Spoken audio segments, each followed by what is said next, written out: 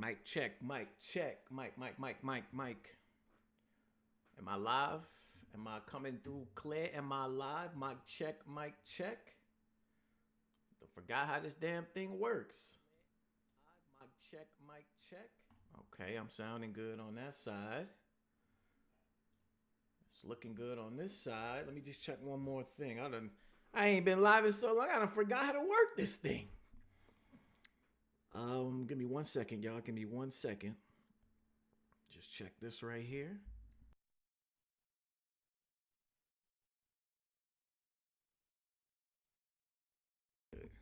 We sound good. We sound good. What up? What up? What up?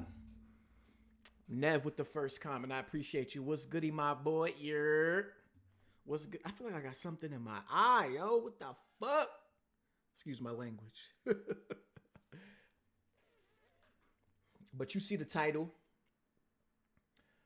Audio bitrate is lower than recommended bitrate. We recommend that you use the audio stream bitrate of 128. I don't know what they mean by that. I'm using my regular mic. Y'all let me know if the audio sound good. The audio sound clean? YouTube is telling me something else. Oh, that's just a suggestion. Okay, I don't think that's anything specific. Okay. Well, we're here. Another year, the Game Awards. I mean, these things don't miss. These happen every year, same time, around the same time at least. Hosted by the same man, Jeff Keighley. Shout out to Jeff Keighley. As you can see, the Game Awards are actually taking place in about a month, a little bit under a month, on December 12th at the Peacock Theater. I always say every year I want to get tickets to the Game Awards. But I never do. I never do.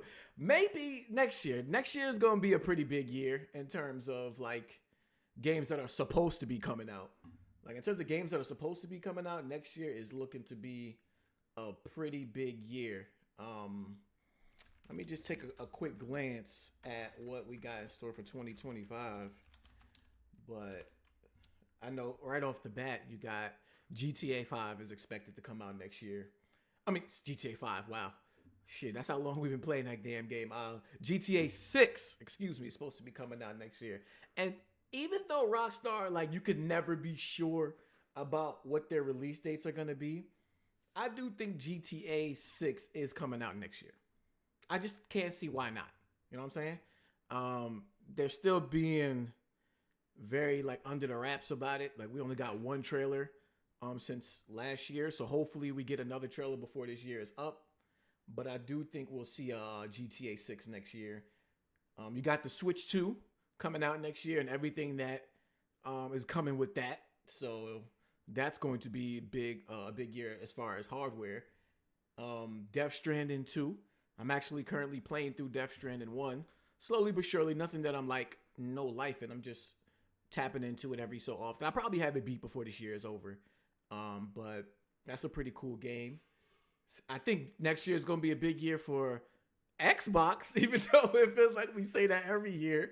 I think next year is going to be the year where Xbox is going to have a definitive Game of the Year nominee. I just don't think they have a choice. Like, they own so many studios at this point. They got so many games cooking that are supposed to be coming out next year. Even though it's going to be a tough year, I think they have so much, it's got to be something. I mean, you got Doom, The Dark Ages. You got, I don't know, maybe that Perfect Dark reboot, if that's coming out next year. Fable, which I think is coming out next year. What else they got? South of Midnight. I don't know if that's going to get a Game of the Year nominee, but that shit is looking fire. So they got a lot of games coming out next year that I think will be either in the running or will contend for a Game of the Year next year. And then you got Ghost of Yotei and Monster Hunter Wilds. Like 2025 is going to be a big year, I think. I think it's going to be a big year for gaming. I think it's going to be in the run-ins with 2023 in terms of people that say like, oh, that was like one of the best years in gaming. If everything hits like it's supposed to, I don't see why not 2025 would be not only the best year in this generation, but one of the best years in gaming. But nonetheless, we are here to talk about the 2024 Game of the Year. We're here to talk about, the 2024 Game Awards nominees.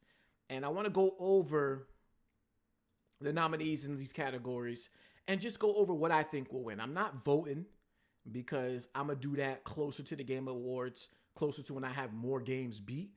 This is just what I think will win based on public perception, I would say, how I think, the industry, what the industry is leaning towards, the conversations that I hear on either social media or within these forums and articles and stuff like that. So I'm not going to do every category because I simply don't give a fuck about every category. That's just the truth. I just don't give a damn about every category. But I will go over some of the main ones that, we care about. Or at least that I feel that we care about. Now, just give me 1 second. Let me just make sure my tweet went out. Oh, what? Lord. And then we got some controversy, with that Game of the Year list. And we're going to say that for the end because that's juicy. All right. Where should we start? Actually, I want to start with Content Creator of the Year for a second. Because, and correct me if I'm wrong, whether it be the comments or in the live chat now. I know it's only about 4 y'all in here, but I appreciate y'all tuning in. Correct me if I'm wrong. I don't feel like I've ever seen Kai Cenat nominated for Content Creator of the Year. Now, I know this is the Game Awards, so they probably tailor this list more towards people that are more involved with gaming. Kai Cenat is kind of like a all-purpose streamer. And they, they might not be including him in this because of that. I feel like he's not involved in this and he should be, especially this year specifically, because I feel like he did a lot of big video game streams with the whole movement that he did with the From Software games with, I believe Elden Ring was this year. And then he did Bloodborne and, what's the other one? Sekiro Shadows Die Twice. Now, say what you will about how efficient he was while playing those games. The effort that he put into those streams, with the backgrounds, the promotions, the commercials that he ran, the community shout outs that he gave to the people that are in the Souls community that he wanted to shine a light on, that don't get enough credit for the work that they're putting in the Souls community.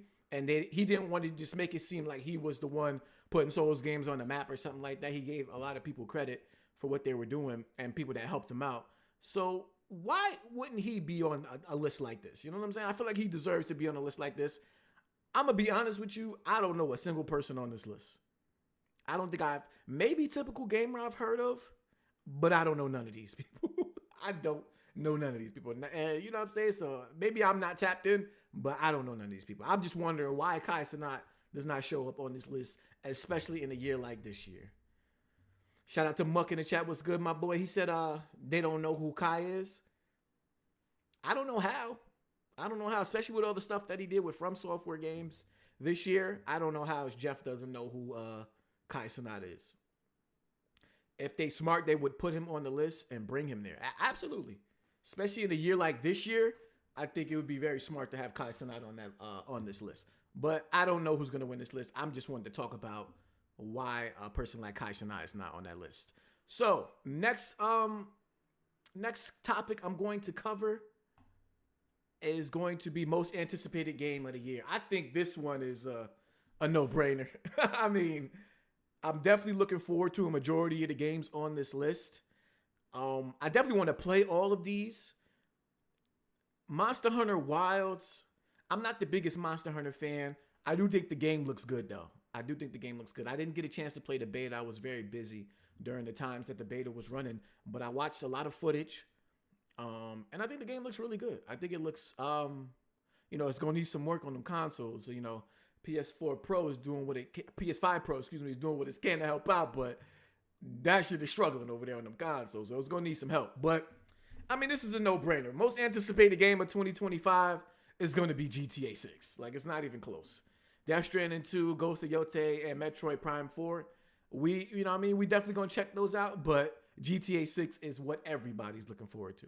You know what I'm saying? Everybody's looking forward to GTA 6. It's not even a debate.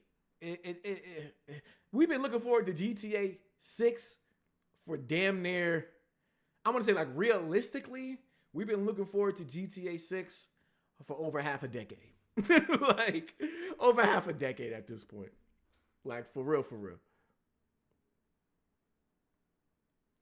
Oh, Nev, look at Nev in the chat talking about we sleep on GTA 6, bring on the Monster Hunter. Listen, Monster Hunter's going to be good, but in terms of anticipated game, come on now. Maybe if we talk in Japan will probably have Monster Hunter Wilds at the top, but this is worldwide, or at least this is the States. GTA 6. He said how are we looking forward to it from 2010 when freaking GTA 5 wasn't even out in 2010? Oh, man. Shout out to King Alucard. He said the erdtree getting nominated is BS. People glaze from software way too much. Before you all claim I'm hating, I platinum most of their games. We definitely going to get into Shadow of the Erdtree in a bit, but let's get through some of these other categories. All right. Best adaptation. Now, this is, of course, is for the creative work that faithfully and authentically adapts a video game into another entertainment medium. So we got Arcane. We got Fallout. Shout out to Fallout. That show was fire. We got Knuckles. Oh, we got a super chat. Imagine TLOU2 got nominated. The rage from the gamers lol and kids moves tweet might be right. Baldur's Gate DLC def going to knock Fable from a nomination. Shout out to Papa John's. Appreciate the super chat. That is interesting though. When they made that post about remakes, remasters, and DLCs being nominated, I was expecting to see Last of Us 2 nominated in some type of category, but that shit, I don't think it got a single nomination. And Kiss Move said Baldur's Gate DLC is going to knock out Fable from nomination. Ooh. If they drop a Baldur's Gate 3 DLC next year and there's some heat, you best believe that's going to be in the running for nominations. Oh my God. See, oh my God. I have so much to say about that whole DLC shit, but that whole DLC being eligible for nominations is going to muddy up that Game of the Year list for years to come. But as far as best adaptation, did the Sonic movie come out yet? I don't think the Sonic movie came out yet. Hold up. I'm trying to see what the reception was for the Sonic. Was that Sonic 3? Oh no, is Knuckles? Wait, what is Knuckles? Is Knuckles the TV series? I might be tripping. Hold up. Knuckles TV series. Oh, Knuckles is the TV series. Okay. No. Okay. I thought this was Sonic 3. I think Fallout is gonna win this one then. I think Fallout is gonna win this one. I think the conversation around Fallout when it came out was huge. It boosted the game's relevancy. People were going back to playing Fallout 76 and Fallout 4. And I watched it personally and I thought it was great. And I have never even played or beaten a Fallout game. So for somebody who doesn't have any experience with with the franchise, I thought it was great. And from people who did watch it that I saw around the internet, they thought it was great as well. I heard that Like a Dragon was ass. I heard that Like a Dragon was ass. What is this Arcane? What is Arcane? Is that attached to damn? Is that attached to like another game? Arcane. What is that? Oh, let me see. What is Arcane attached to? Arcane. Oh, League of Legends. Okay. I did hear about this. I heard that was good as well. Damn, they said the budget for that was $250 million. God damn. Okay, Arcane, get your vote. Yeah, I actually heard Arcane was good. So maybe I'm sleeping on Arcane a little bit, but I just felt like the conversation around Fallout was, at least in my circles, was bigger than what I seen for Arcane. So I think Fallout is taking that. Oh, I don't even have to. Best multiplayer. We got Call of Duty Black Ops 6, Helldivers 2, Super Mario Party Jamboree, Tekken 8, and Warhammer Space Marine 2. Ooh. I think this is a little bit of a tough one between two games. And I think it's going to be them first two games right there. Warhammer Space Marine 2, I don't think... I mean, it's a great co-op game. Don't get me wrong. And remember, this is not my opinion personally. This is what I think the industry is going to choose, and basically what I think the jury is going to choose based on what I felt around the conversations around these products. That conversation around Helldivers 2 was great. It was. I mean, the social media impact it had. Shit, I even had a couple tweets that went viral based off of Helldivers 2. Like, that shit was a force. They had a little hiccup, whether it be with the changes they made to the game for content-wise or like balancing, and then the sign-in issue stuff.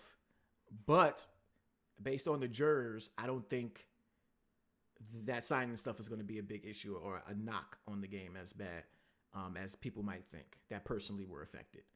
Call of Duty Black Ops 6, I think, is a very strong contender here because I think that people feel like this is a return to form. As far as the Black Ops franchise, this is a great multiplayer game, whether it be zombies or the multiplayer itself. And I heard nothing but great things. So, this is tough. I think I'm going to go with Helldivers 2. Only because it's something different. It was something that caught a lot of people off guard. It was something that no other game is really doing. And it was something that was very successful. So I'm going to go with Helldivers 2, but I wouldn't be surprised if Call of Duty Black Ops 6 won that. All right, what else we got? Best sports/racing game.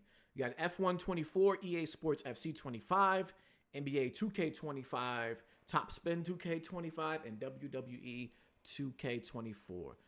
A top spin game being out, and I didn't even know, actually pisses me off. I used to love playing the top spin games, at least the demos on 360 and PS3.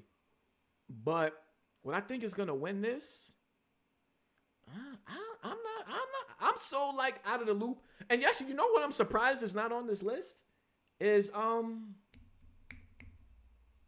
the college football. I'm surprised college football isn't on this list. I thought that had a really great reception. But I think I'm gonna go with EA Sports FC 25. I don't know. It's one of the games, one of the constants that I hear is always pretty good. 2K25 at this point is just going through the motions. F1 24, I don't know much about that. I'm sleeping on that. I don't know much about it. I haven't heard much about that. And WWE 2K24, haven't heard too much about that either. So, I don't know. Maybe Top Spin could sneak in there, but I think this is going to EA Sports FC 25. All right, next up, we got Best Sim Strategy. Yeah, I don't know much about this category, so I'm gonna move on to the next one.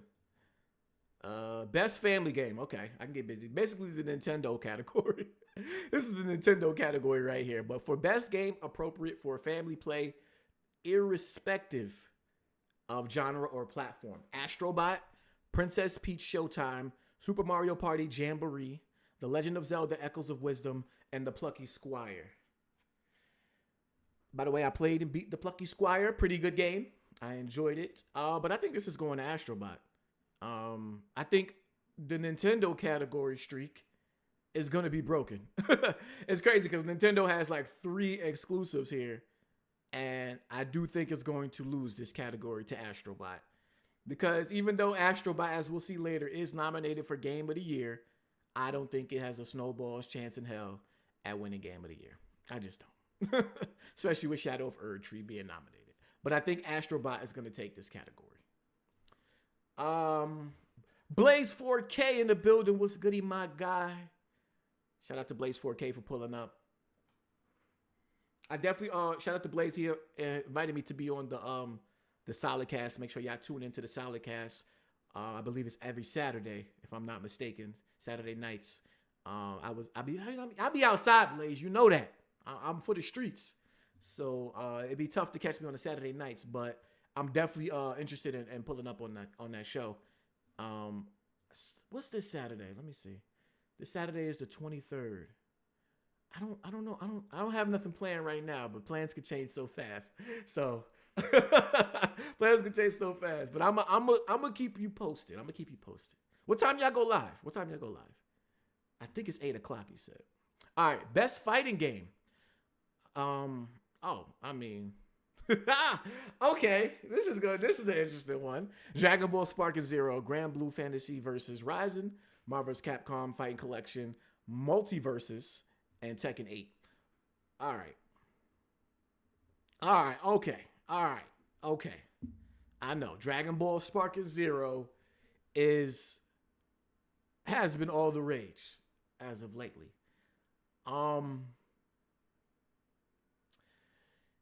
Yeah. I'm trying to make a case against it. I'm trying to make a case because this is okay. Let me look at the description for the best game designed primarily around head-to-head combat. Because I look at a lot of these fighting games different. You know what I'm saying? Like a Tekken 8, I'm looking at it from more of a like. Like a hardcore standpoint, whereas a Spark and Zero is more like a casual party game. So it's tough to look at that description and then be like, I'm going with Dragon Ball Spark and Zero regardless. But for what it has done in terms of like the community behind it, the excitement that people have for it, it reviewed well. I don't think it reviewed as well as Tekken 8. Actually, let me check what the reviews was for Tekken 8 on Metacritic.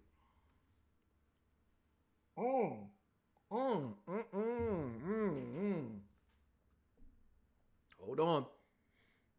Tekken 8 sitting at a 90 on Metacritic. Hold on.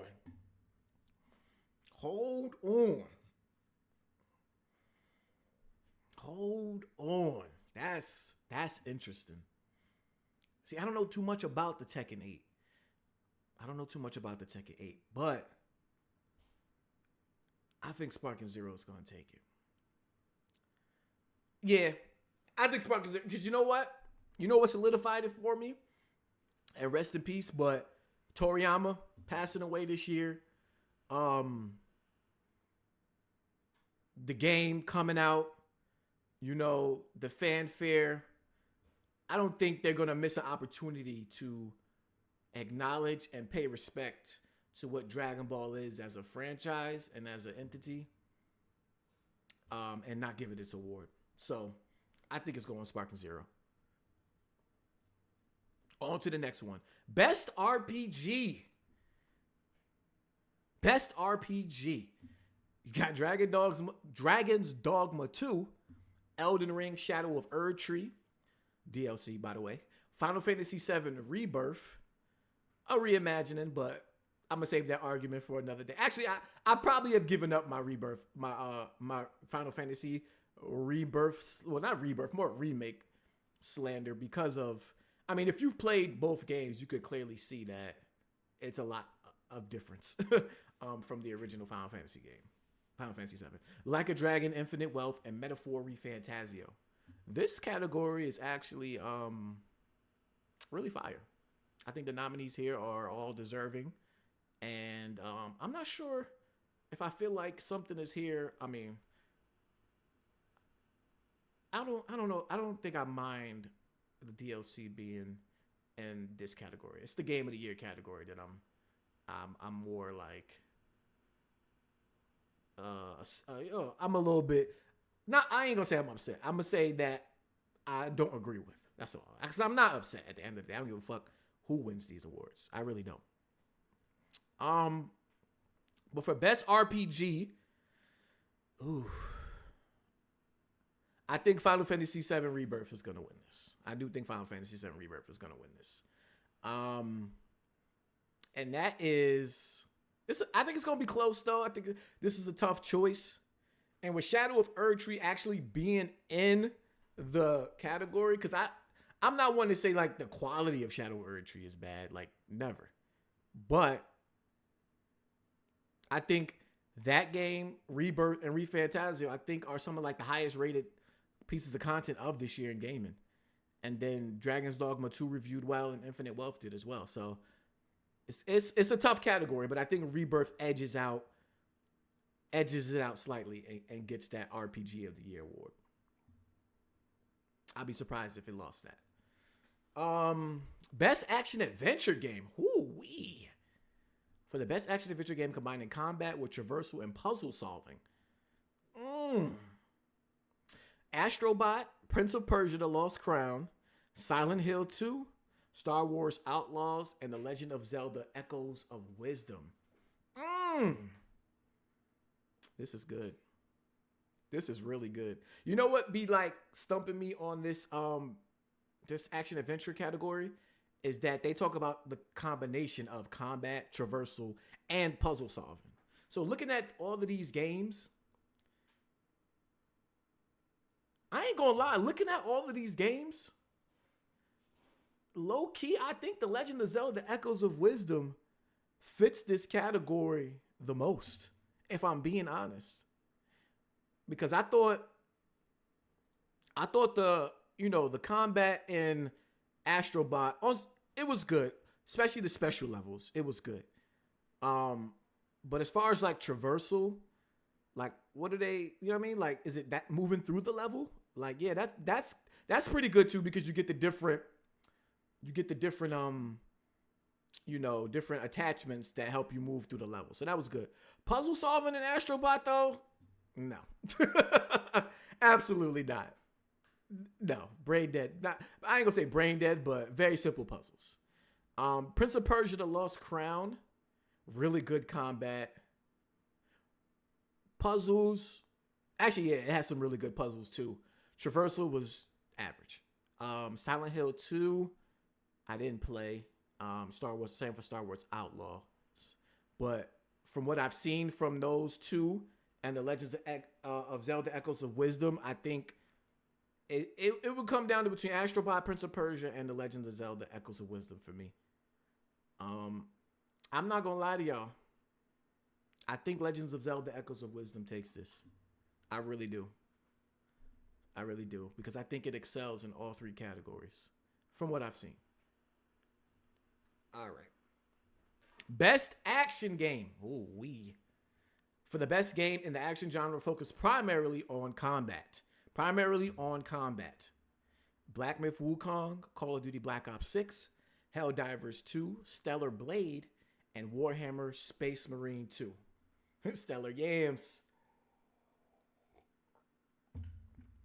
I don't think Stellar Blade gets it here.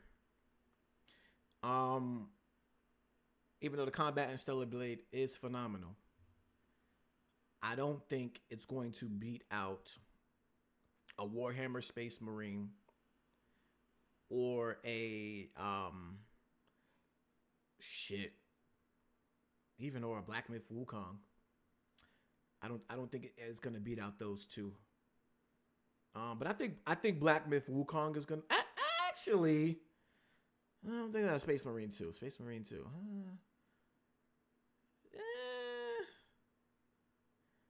Nah, I think Black Myth Wukong gets this one. I do. I think Black Myth Wukong. Stellar Blade probably would be my personal pick here. But I think Black Myth Wukong gets this one. All right. Best VR AR. I have not played a VR game this year, so we moving on. Best mobile game. I have not played none of these games, but Balatro. I need to watch a trailer for that game because I still don't know what that game is.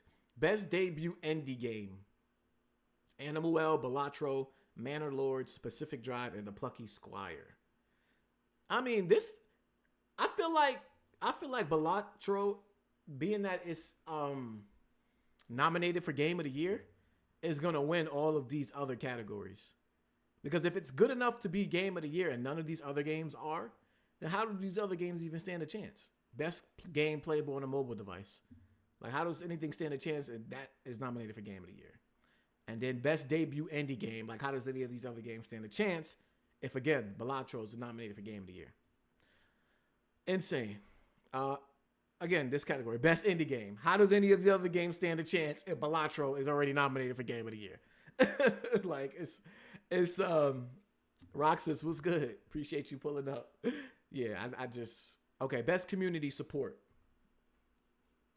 They nominate one indie every year. They're not fooling. Actually, for the most part, yes, you're right. They do nominate one indie game every year. Last year, I don't think they nominated an indie game. Game of the Year nominees. Let's see. For 2023, yeah, there was no indie games. You had Baldur's Gate 3, Tears of the Kingdom, Spider-Man 2, Alan Wake 2, Resident Evil 4, and Smash Bros. Wonder. I don't know why I saw some people online saying that remakes they haven't seen remakes be nominated for Game of the Year or something. Like, remakes have been nominated for Game of the Year. Final Fantasy VII remake was nominated for Game of the Year, but last year Resident Evil 4 was nominated for Game of the Year too, and that's a remake. But best community support, recognizing a game for outstanding community support, transparency, and responsiveness, inclusive of social media activity and game updates and patches. Ooh. I mean, No Man's Sky, I think, has been putting on a clinic in terms of community support. Like, any given year, you could give fucking No Man's Sky this award. Helldivers 2, the thing about this is, while they were transparent, they did fuck up the game for a lot of people. So I don't think this deserves that, or is going to get that award. Fortnite, another game, any given year, you could probably give that award to this game. Final Fantasy 14, I feel like Fortnite and No Man's Sky, the community support has been great. Baldur's Gate 3, was that nominated last year? 3 community support. Let's see.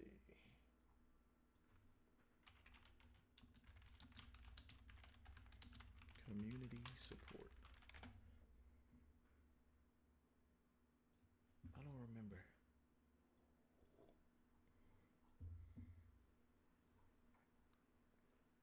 Hold up, y'all. Let me just check real quick. Best community. Oh, yeah. Baldur's Gate won the award last year. And what do you know? Like, damn near all of these games were here, too. No Man's Sky, Final Fantasy 14. Well, Fortnite wasn't there. And, of course, Helldivers 2 wasn't there. Oh, this is tough.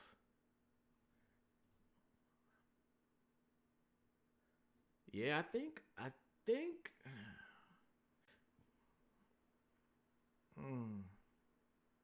I'm probably going to go with No Man's Sky for this one. They had a lot of big updates for No Man's Sky this year. I think they just put out one with the PS5 Pro patch, or at least they announced one.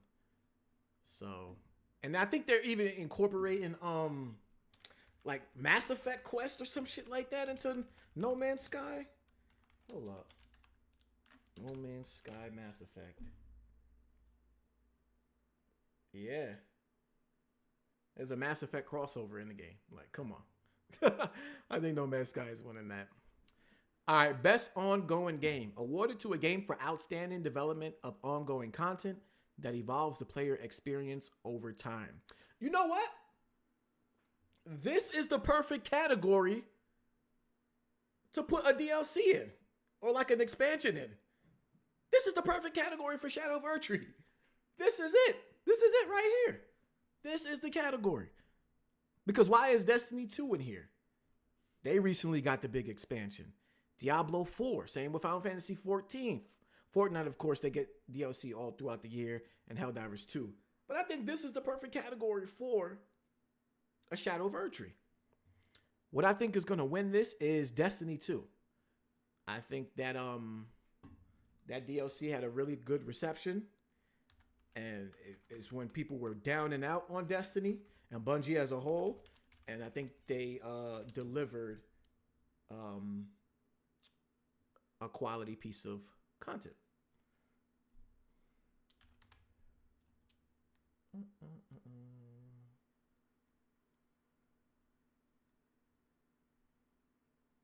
What was that expansion called? I forget the name of it. Oh, the Final Shape, I think it's called. The Final Shape, right? This is where they had Cyberpunk. Yeah, so if this is where they had Cyberpunk, then why wouldn't they just put Shadow of Erdtree here? I think it's the perfect spot. I know people might, and maybe even I even argued before about it being ongoing because it's not like something that's going to keep getting content for years to come. But as of right now, it is an ongoing piece of content. It's an ongoing game because it's getting content for that game over time. Yeah, and it changed. Yeah, this is the perfect category for where Shadow of Erdtree should have been. All right, how many we got left? Where are we at? We got games for impact. Okay, so we got a few more left. All right, games for impact. What is this? For a thought-provoking game with a pro-social meaning or message. I haven't played all of these games or even know about all of these games, but Hellblade 2, which is pro-social message into like mental health and stuff like that. I always enjoy the stories and the narrative of Hellblade. I mean, I beat the game, and that was outside of the visuals. That was one of the takeaways. Is of course the character of Senua and her journey. Tales of Kenzera Zao. That game is about a African man who lost his father, and so that is of course a social message or a social meaning or a message in the game. I don't know too much about these other games. But if I had to pick one, I would probably say Hellblade 2 is going to win this. All right. Innovation and accessibility. Innovation and accessibility. I don't know. I don't know too much about the accessibility options on these games and what they have done to help reach a wider audience. So I'm going to skip that. Best performance awarded to an individual voice actor, motion or voice act overacting, motion and or performance capture. You got Brianna White in Final Fantasy VII Rebirth. Why is Relink not nominated?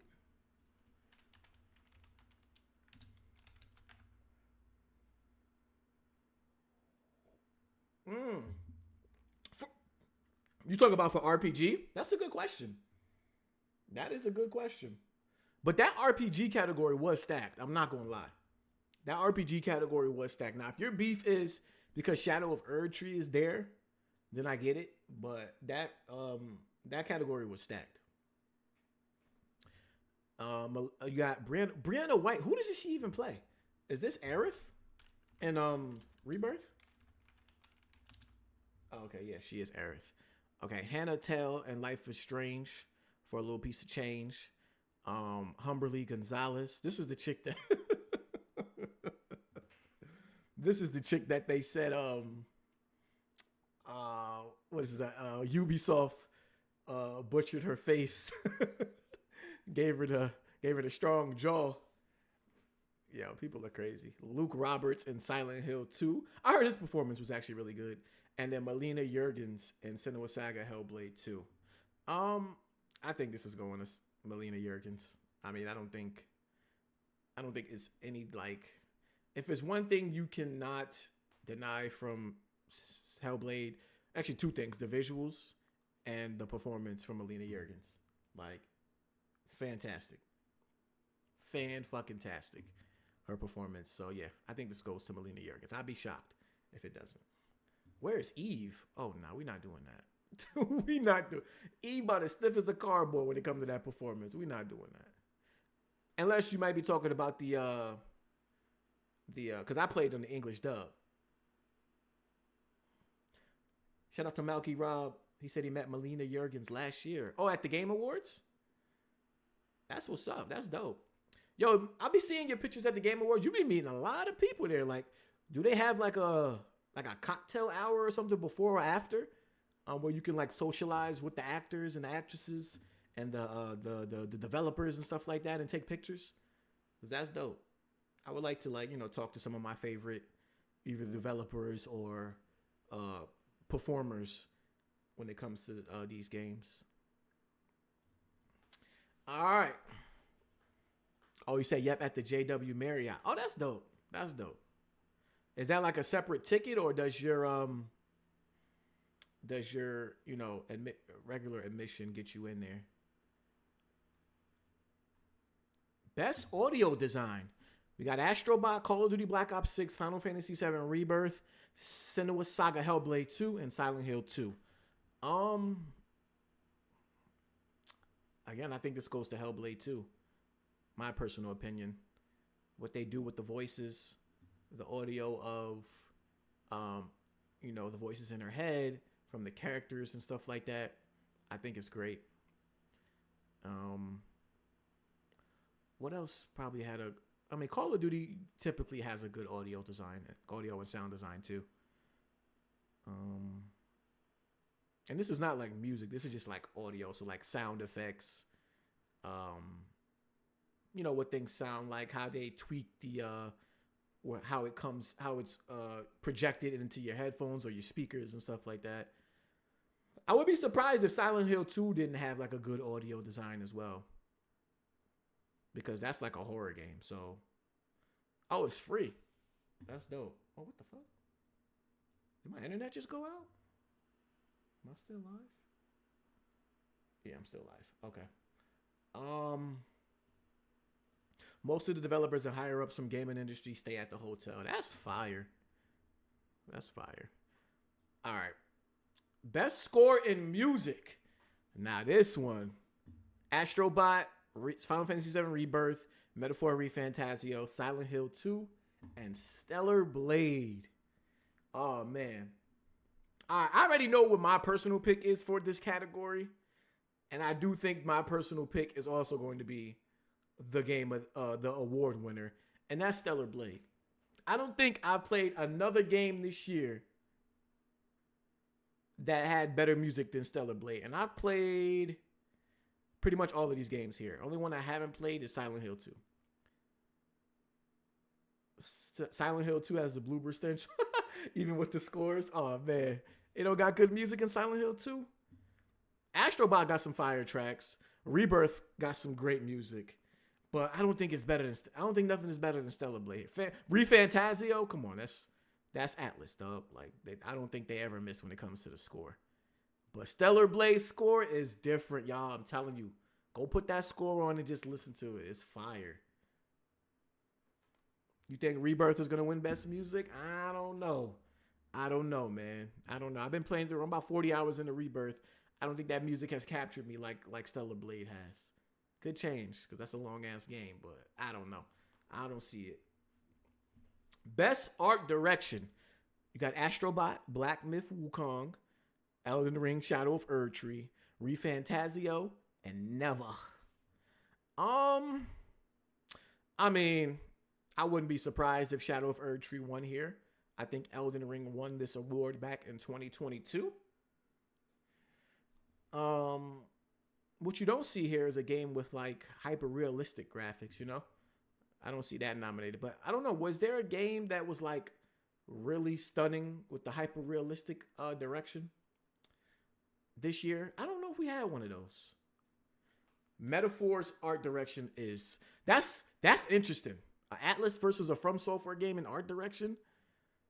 I like Metaphor's art direction. I just don't think it's up there with Persona 5. I think Persona 5 so far is Atlas peak art direction. It's good though, and it actually takes a lot of elements from the Persona games. But yeah. Astrobot gonna win. You think Astrobot's gonna win Best Art Direction? Ooh.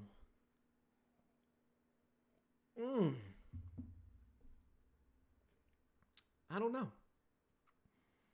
I don't know with this one. I don't know. Because Erdtree, and I'm going based off previous years, if it's more of what Elden Ring was, then I think it has a really good chance. And if Metaphor ReFantazio is looked at as more of what Persona was, just in a different time period, then it also has a really good chance. Astrobot might win Best Family Game. I do think it would win Best Family Game. Oh man, I think I'm gonna go with erdtree on this one.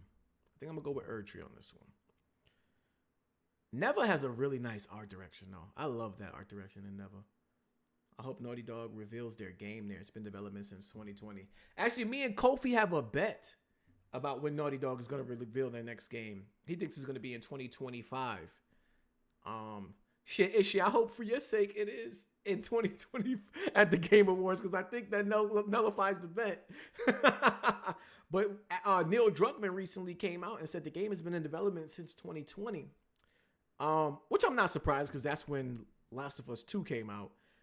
But I was of the mindset that Factions 2 caused a little bit of a hiccup in the development for the next Naughty Dog game, and might have pushed the reveal to like 2026, especially because they're keeping games closer to the chest as far as from announcement to release date. So my thinking is like they reveal it in 2026 and possibly even also launch it in 2026, or they reveal it in 2026 and it comes out in like 2027, early 2027. But if they actually reveal it at the end of this year, then I think that game is coming out next year, which would be beautiful. I would hope so. I would love that. All right, next category we got Best Narrative, of course, focusing on storytelling and narrative development in the game. Final Fantasy VII Rebirth, Like a Dragon Infinite Wealth, Metaphor ReFantazio, Senua's Saga, Hellblade 2, and Silent Hill 2. Ooh, Best Narrative. Storytelling. I think I'm going to go with what I think is going to win in this category. Is Metaphor ReFantazio. I think, man. Yeah. I think it's going to be Metaphor ReFantazio. I actually really like the story of Metaphor too, from what I played so far. I like the direction that it's going. I'm close. Like Final Fantasy VII Rebirth is definitely a close second, but I've actually heard more, not more, I should say, I've actually heard more more knocks on the Rebirth story than I heard about ReFantazio. That's what gave me a cause to pause, is I've heard nothing but great things about the story of ReFantazio. Rebirth, I've heard a lot of people take issue with what that is, especially with the changes that they're making with the story. No spoilers, of course. But yeah, I'm going to go ReFantazio, what I think is going to win there.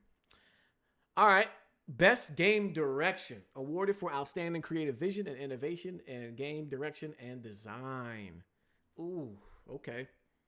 Astrobot, Balatro. Oh boy. Black Myth Wukong, Shadow of Erdtree, Final Fantasy VII Rebirth, and Metaphor ReFantazio. Creative vision and innovation in game design and game direction and design. A lot of times, the game that wins this wins Game of the Year. And based on what I think will win Game of the Year, I think this award is going to go to Final Fantasy VII Rebirth. And what I think supports that is that they did take a lot of creative liberties when it came to Final Fantasy VII Rebirth, especially with the story. So I think that is going to win it. And last but not least, Game of the Year. For me, I think it's going to be Final Fantasy VII Rebirth. Shout out to B Raf with the super chat. I appreciate it. Thank you.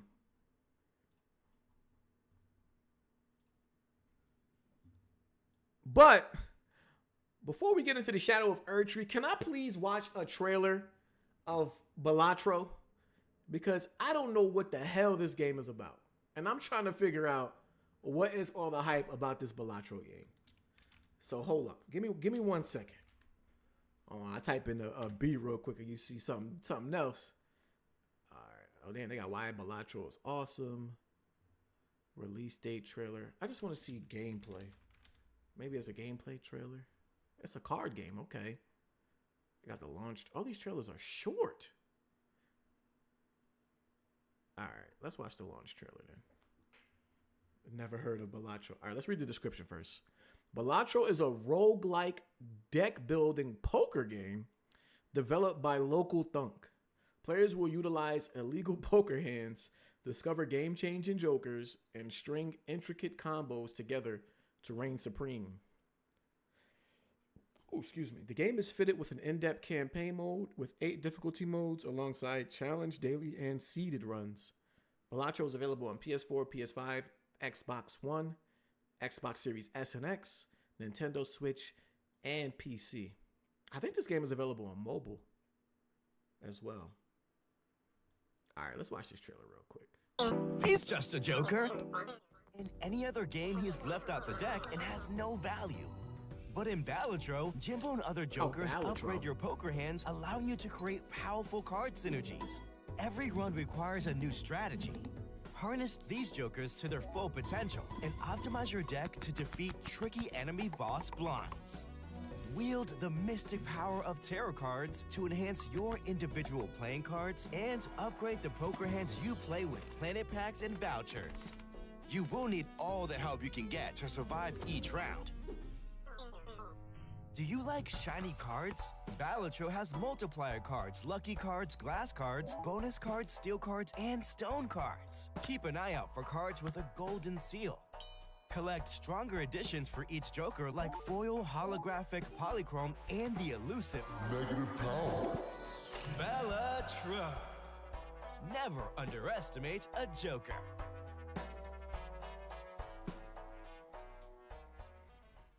We dead ass? Are we dead ass? Oh, hold on. Hold the fuck up. Hold the fuck up. Are we dead ass? Are we? That is what is nominated for Game of the Year? Something that delivers the absolute best experience across all creative and technical fields? What?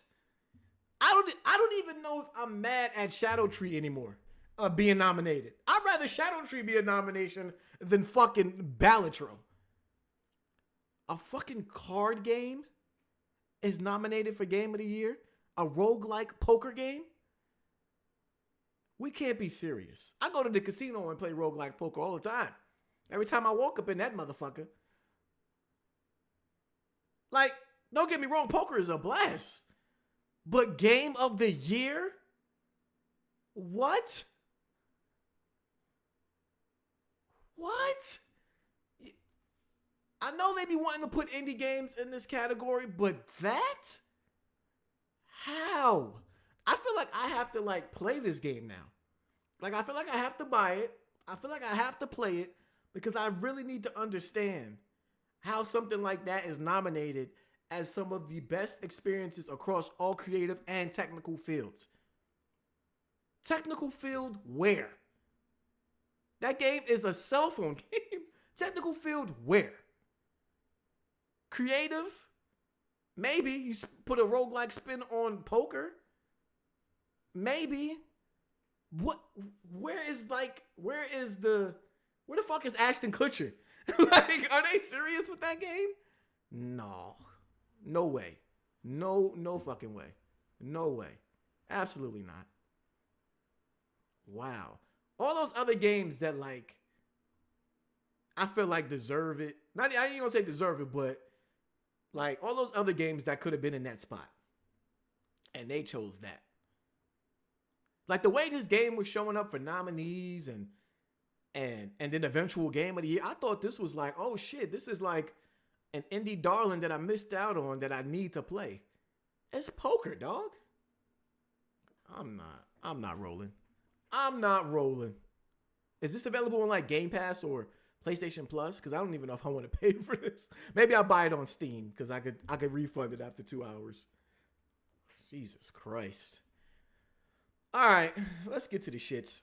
The big conversation. Shadow of Erdtree being nominated for Game of the Year. Now, a couple days ago, a couple days ago, there was a disclaimer that came out. And I don't know if this disclaimer was posted by Jeff Keighley or if somebody had got a hold of it and brought it to light. I mean, I'm just trying to double check real quick on who posted this disclaimer. Okay. It wasn't on the Game Awards website. I mean, Twitter. Let's check Jeff Keighley real quick. No, I don't see it in his media either. But let me pull up the disclaimer real quick because I tweeted about it earlier. Because you know all that is Jeff Keighley clearing his name. That was Jeff Keighley clearing his name before the nominees came out. But here is the disclaimer.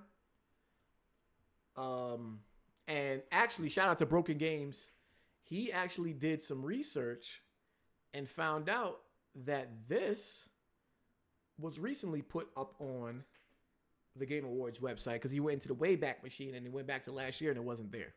So this was recently put up, which confirms that it was something that they recently put in, probably because people wanted to nominate an expansion pack as a Game of the Year contender. So here it goes. Are DLCs, expansion packs, and remakes/remasters eligible? The Game Awards aims to recognize the best creative and technical work each year, irrespective of the format of that content's release. Expansion packs, new game seasons, DLCs, remakes, and remasters are eligible in all categories if the jury deems the new creative and technical work to be worthy of a nomination. Factors such as newness of the content and its price/value should be taken into consideration. Now, a couple things here. I didn't know this shit said new game seasons. I didn't even know it said that. So at this point, what the hell is the point of categories if anything could be nominated in any category? And that's what I don't get about Shadow of Erdtree being nominated in the Game of the Year category. You have a category that perfectly fits a DLC, which is what not only does From Software call it, but the publisher Bandai Namco as well. They refer to Shadow of Erdtree as a DLC, as an expansion. In addition, you can't even access Shadow of Erdtree unless you reach a certain point in the story or beat certain bosses, and you have to own the original version of Elden Ring, which means it's not even a standalone expansion. It's not even a standalone. There are such things as standalone expansions. I could even maybe make a case for those, because at least you don't even need to have the previous work that is attached to. This shit, you need the previous work, and you need to get to a certain point in the previous work. You need to get to a certain point in the previous work. So my thinking is, a game like Cyberpunk, the DLC that came out last year, which got great reviews, I didn't see that nominated in Game of the Year. And if this was always the case, then how come other things in DLCs and remakes that were critically acclaimed and did very well were not mentioned in these Game of the Year categories? We've had some down years where we could have had some remakes, a lot more remakes or remasters or expansion packs in that Game of the Year category. You know what I'm saying? And I just feel like Shadow of Erdtree is a DLC. Forget about, like, I'm not here to shit on the quality of the product. But if the company themselves are going to call it DLC and an expansion, why not put it in its own category like that? Like, why make an exception or have this list here that says it could be? Y'all already know how I feel about remakes and remasters. I don't think they should even be in there. So you can only imagine what I feel about DLCs. Like, I just feel like those pieces of content, first of all, they don't get viewed the same way. I'm gonna just keep it 1,000. They don't get viewed the same way as a standalone game or a standalone game sequel. They don't. They just don't. When you look at a DLC, when you look at an expansion, and people are playing through it or reviewing it or going through the motions, people don't look at it the same. People did not approach Shadow of Erdtree with the expectations that it was Elden Ring 2. Now, maybe it lived up to the hypes and it could have been an Elden Ring 2, but that is not how that game is viewed. And I just think when you have something that is viewed different like that, then it should be in its own category. So this doesn't make sense to me. I think, in fact, you could put all of this shit in one category. You could put DLC, remake, new game seasons, expansion packs, all in one category. If you don't want to do the ongoing game for those, because remakes and remasters really don't fit in ongoing, because those are like the remake of the same game. So it might not fit in ongoing. But you could put all of this shit right here in one category. I would not be mad at that. And in fact, shit, where's Last of Us 2? And these award shows, if remakes and remasters are eligible for these categories. Is Last of Us 2? Last of Us 2 was one of the most awarded games in the Game Awards history. They remade it or remastered it, and it's nowhere to be found. But if it's up to the jury and what they deem as to be a quality work, or what they say, jury deems new and creative technical work to be worthy of a nomination. So it was worthy of all those awards back then, but it's not worthy anymore. What happened? Is it still not a great game? Last of Us 2 is still one of the best games, even if it released today. Like, if it came out this year, it would be nominated. So why not? Why is the remaster not nominated? You see how muddy that gets? You know, that's why I said none of this shit should be nominated in the Game of the Year category. Oh, man. But here we are. Here we are. I don't think it's going to win. And if it does, holy shit. And if it does, holy shit. That's about to open up a whole new can of worms. But that's another conversation for another day. But yeah, man, I'm not mad. Trust me, I'm going to get sleep at night. I'm not going to lose no sleep over this. I don't care who wins these categories. It doesn't change my mind on what I think is Game of the Year. I mainly watch the award shows for the reveals anyway. So I'm just here to have a conversation about it. And why I don't think it should be in that category. Because it makes me look at it different now that they try to make it seem like this has always been the standard. And when you look back on previous years, it just doesn't apply. It just doesn't. It just makes it funny that now this comes to light and then Shadow of Erdtree gets nominated for Game of the Year. Like, I don't know. I just don't think. And then, you know, I put up a tweet about my feelings about this, and I had some responses. Actually, let's go through a few responses real quick before I get up out of here. That I had.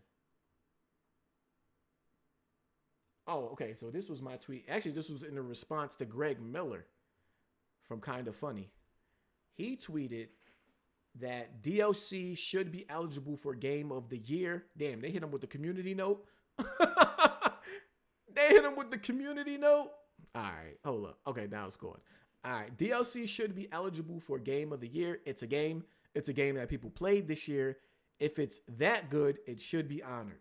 I agree with a few things here. Is it a game? Technically, it is a game. Is it a game people played this year? Sure. If it's that good, should it be honored? Absolutely. Just find another category for it. Because one, DLC or expansion is an addition to an already released game. So it's piggybacking off of an already released game. And like I said, if it's good, which I hear that erdtree is great, then it should be honored, just in its own category. But I responded and said, no, it's not a game. It's an addition to an already existing game. You, in fact, can't even play Shadow of Erdtree without the base Elden Ring game. Now, some people responded. Shout out to Kofi. He said, famous words of Jay-Z. So what? We judging it as a standalone. It was reviewed as a standalone. No, we're not judging it as a standalone because it's not a standalone. You can't even play this as a standalone if you wanted to. If you wanted to play Elden Ring Shadow of Erdtree from the top, you can't just fire it up and start from the top. You got to go through Elden Ring, get to a certain point, and then fire up Shadow of Erdtree. So it's not a standalone. And if it was reviewed as a standalone, then that's clown behavior because it's not a standalone at all. It's not. Somebody said if we looked at it completely as a standalone, it would be nomination worthy.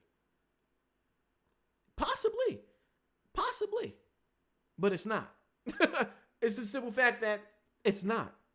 It's not a standalone. And would it be looked at the same? That brings up my earlier question. If people were looking at this game as Elden Ring 2, would people feel the same about the DLC? Somebody said some dumb shit about Call of Duty. He said you can't play Call of Duty multiplayer without owning the base game. Duh, dummies. Call of Duty multiplayer not nominated for Game of the Year. That's besides the argument. Why not have the best DLC category? I think that's perfectly fine to have. I think there's enough DLC these days to have a category like that. It's a video game. How it's accessed is irrelevant to its quality, which is what it's nominated for. Actually, how it's accessed and how it's categorized is not irrelevant. How it's accessed and categorized is that for a reason. From Software didn't come out and say this was Elden Ring 2. They said this was an expansion to Elden Ring for a reason. If this was Elden Ring 2, they would have called it that. So, it is what it is because it's there. This is Jeff Keighley's awards. I don't think it's going to win. But it's going to be funny as hell if it does. It's going to be funny as hell. I think Rebirth is going to win Game of the Year.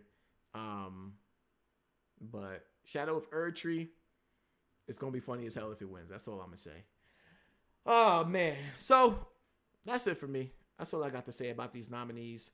I am going to do my picks in the future. I won't probably do a live stream for that. And then, of course, me and Kofi are going to plan to go live for the actual Game Awards on December 12th, which hopefully is a Thursday. Usually it's on a Thursday. Yep, it's on a Thursday again. Jeff Keighley never let us down. It's always on a Thursday. Let me know down in the chat, what y'all think is going to be Game of the Year. What y'all think is going to win Game of the Year for the Game Awards. And, yeah, I'm probably about to get up out of here soon. Get back to playing some Rebirth on that PS5 Pro looking extra crispy. It does have a lot of popping, though. I'd admit that. But that was like that on the base game, too. On the base PS5. Oh, man. Shout out to y'all in the chat, though. Make sure y'all hit that like button. What you jealous about, Roxas? In fact, Metaphor Refantasio actually is locked 60 now on the PS5 Pro too. Because I was actually playing the PS4 version because of the PS5 version not being a lock 60. But now that it's locked 60 on PS5 Pro, I'm playing it there. Should be Stellar Blade winning Game of the Year. Shaking my head. Stellar Blade was a great game, but I don't think it was Game of the Year. I don't think it. I mean, with some of those games nominated, it should have been in there. I agree with that. But for me personally, I don't think it was a Game of the Year. Great game, though. Great fucking game.